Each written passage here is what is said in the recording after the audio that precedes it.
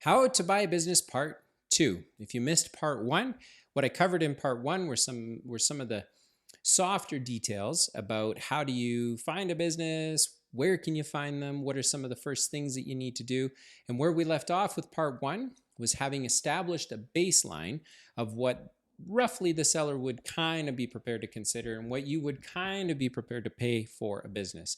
So in this episode, what I'm talking about specifically is how do you pay for the deal? How do you actually pay for the purchase of a business? The assumption that I'm making is if you're watching this or listening to this, that we're trying to do this without using a lot of money. We're going to use our sweat equity, we're going to use our knowledge, our experience, our relationships, our effort, and we're going to try to work our way into a business. And this is because many small business owners who are baby boomers don't really have an exit plan for their business. In fact, most of them would sooner just hand the business to somebody if it was easy and simple and clean and wasn't very complicated. And so in this part 2 of 3, I'm going to talk about how do you do that? How do you make it worthwhile for the seller and you as the buyer? How can you purchase a business without needing to write a very big check or take on a ton of debt? So the first thing that I want to talk about is how do you intend on paying for the business? Even before watching these episodes in your head, how did you think you were going to buy a business? Maybe you thought, I'll leverage the equity in my home. Maybe I'll sell some assets. Maybe I have some investments. Maybe I got a payout package from a job that I was at. But the first thing to figure out is what do you actually have to work with? Is it purely sweat equity? Because that's good to know. Is it cash? That's good to know as well. Or is it a mixture of both? And it's always important to understand what do you have to work with before you get going too far. Because as I talk through in the next couple of minutes here about how to put the strategy together, you're just going to want to know in the back of your mind, what do you have to work with? So first thing that I like to bring to your attention is that this is key, most small business owners who are baby boomers don't necessarily want a big fat check. And the reason for that is not because they don't want the big fat check. It's because they know their business probably isn't worth a big fat check. Their business probably, they know, is maybe worth 3 or 4 times what they are taking out of it in profit or in payroll or through a management fee or a dividend. And so in a perfect world, they would want to keep earning income while they hand the responsibility of the business off to somebody else. Now, the reason that works well for the example that we're using today, or for the context that we're using today, is because I've said I'm trying to share with you ideas on how to purchase a business without using any real cash or having to write a check or taking on debt. So once you figured out what you have to work with, what you're going to realize is one of the things that you have to work with is time. If you listen to part 1, I talked about how important time is, because the longer a deal goes, usually the less you can get it for. Conversely, if a deal has to go faster, it means you're going to pay more. But using the baseline that you established from part 1, the next part is to try and craft the deal. How are you going to go to the owner and give them a deal that makes sense? So I will use an example that I gave to somebody last week that might help form some of your thinking. So it went something like this.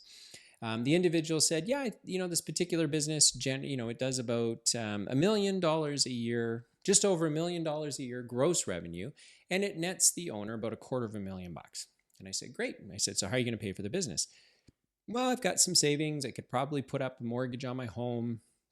I could probably, find a way to come up with $500,000 to $750,000, which is kind of what I think the owner wants. And what I ended up saying to this particular individual, I said, well, if it turns out that the owner doesn't really want to get out of the business in any short time frame, maybe the best thing that you could do is, and we started talking through it. I said, first of all, do you have any ideas for the business? Do you have anything that you can bring to the table that would help the business go from $1 million to $1.3 million? So we talked a little bit about the lack of a customer relationship software system. He had previously owned a digital marketing agency and had sold it. And part of the appeal for this business is he saw that the business really was very traditional and wasn't taking advantage of technology, and really felt like he could bring that to the table. So I said, great. Then why don't you do something like this? Why don't you say to the owner, over the next 2 years, keep taking out of the business what you have taken out of the business. I will come to work for the business for free. But anything that I'm able to generate for this business over and above what you have done over the last 3 years, I get a piece of. So all of a sudden you got thinking about that, and he thought that was a pretty good idea, because he said he didn't necessarily need any money. And in fact, as we talked through it, he says, well, the truth is, if I ended up putting any money into this business, it's basically the money that I'm going to be using to pay myself. So maybe that makes sense. Go to the business owner, let him know he can stay in the business for the next 2 years, continue to take out of the business what he has been taking out over the last couple of years on kind of a normalized basis, because everybody knows COVID sort of threw everything out, but you can still kind of get a pretty good baseline for what the business should be doing. So he said, great, I'll go to the business owner, stay in the business 2 years, take out your wage, but anything that I generate over and above $1 million a year, I get to keep the profit on. And that will be my way of working into the business. And so that seemed to make a lot of sense. So when he said, okay, well, then what do I do after 2 years? And I said, okay, well, first of all, what was the baseline number that you said that you and him agreed that this business might be worth? And he said, well, I kind of think it's probably somewhere between like $500,000 and $750,000. And I said, okay, but if over the next 2 years, he's prepared to take his wage out, but not put in 40 hours a week, because over time you are going to now take on that role while you're growing the business, then what would you need to pay him? And he said, well, obviously it would have to be a better deal than the baseline. So if he wanted $500,000, but in the next 2 years took out $500,000, then really all I need to pay him is some sort of bonus or some sort of some amount of cash to make it worth hanging around for the next 2 years in any capacity.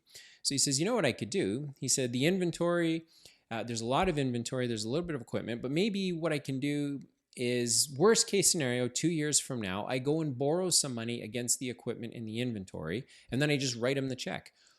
Or if I didn't want him to hang around for the next 2 years, I could go and maybe get a term loan from the bank for a percentage of the revenue, or rather what the business would be valued at if a banker were to look at it.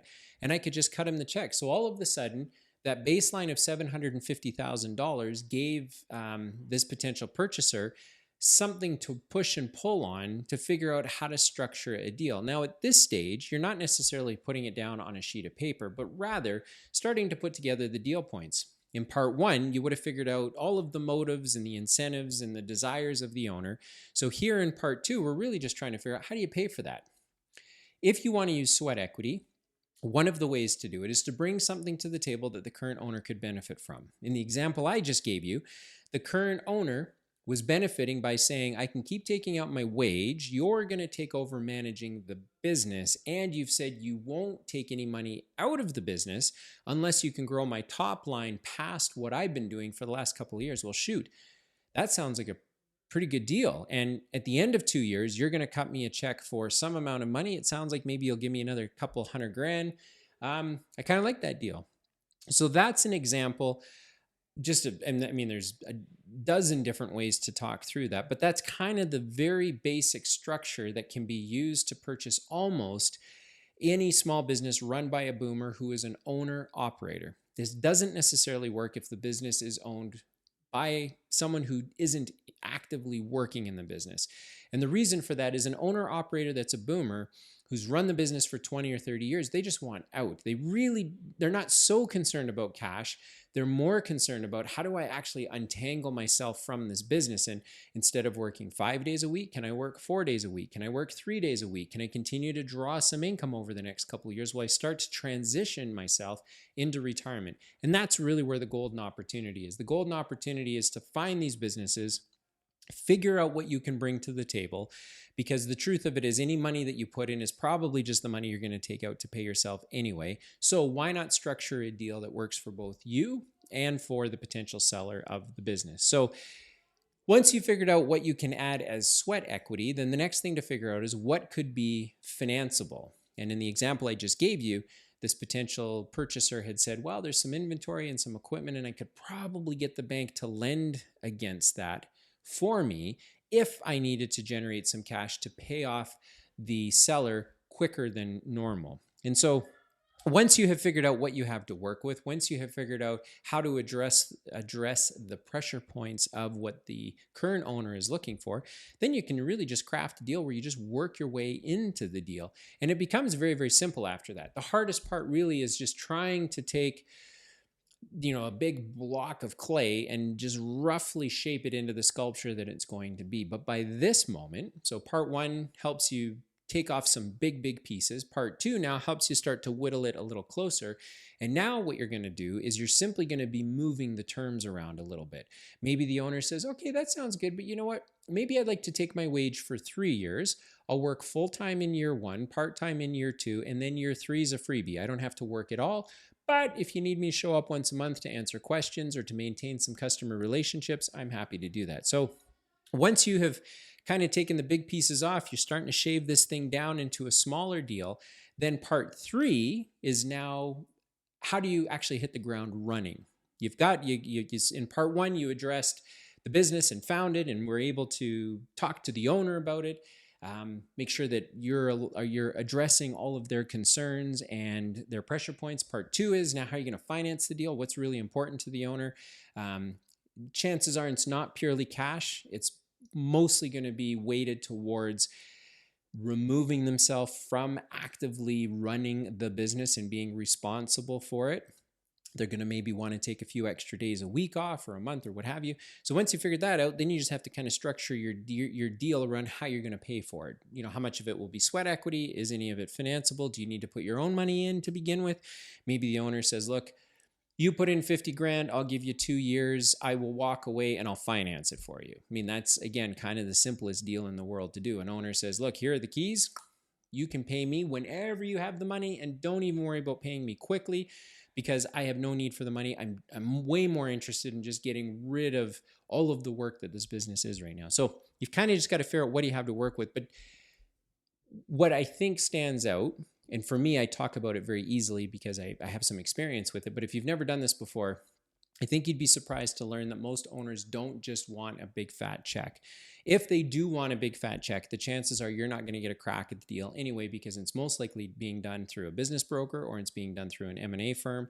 But if you were able to find the deal, if you were able to find the owner and you found someone that says, yes, I'd like to sell, but I haven't really done any work towards it, then you can start moving the deal down this path that we've talked about in part one and part two. So as we move into part three, what we're going to be moving into is, now, how do you spend your time as the potential acquirer of this business? What are you going to do day 1, day 30, day 60, within the first year? How do you hit the ground running and make sure that you can maximize your investment? So hopefully you found this particular episode helpful. And as we move into the next phase, by the time you're done listening and watching part 3, you really could just pick up the phone and start structuring a deal. And I would encourage you, reach out to me. There's a link somewhere that says book a call. We can chat about it. I can take what I have talked about philosophically and really craft it and break it down into what it might mean for you specifically if you're looking at purchasing a business.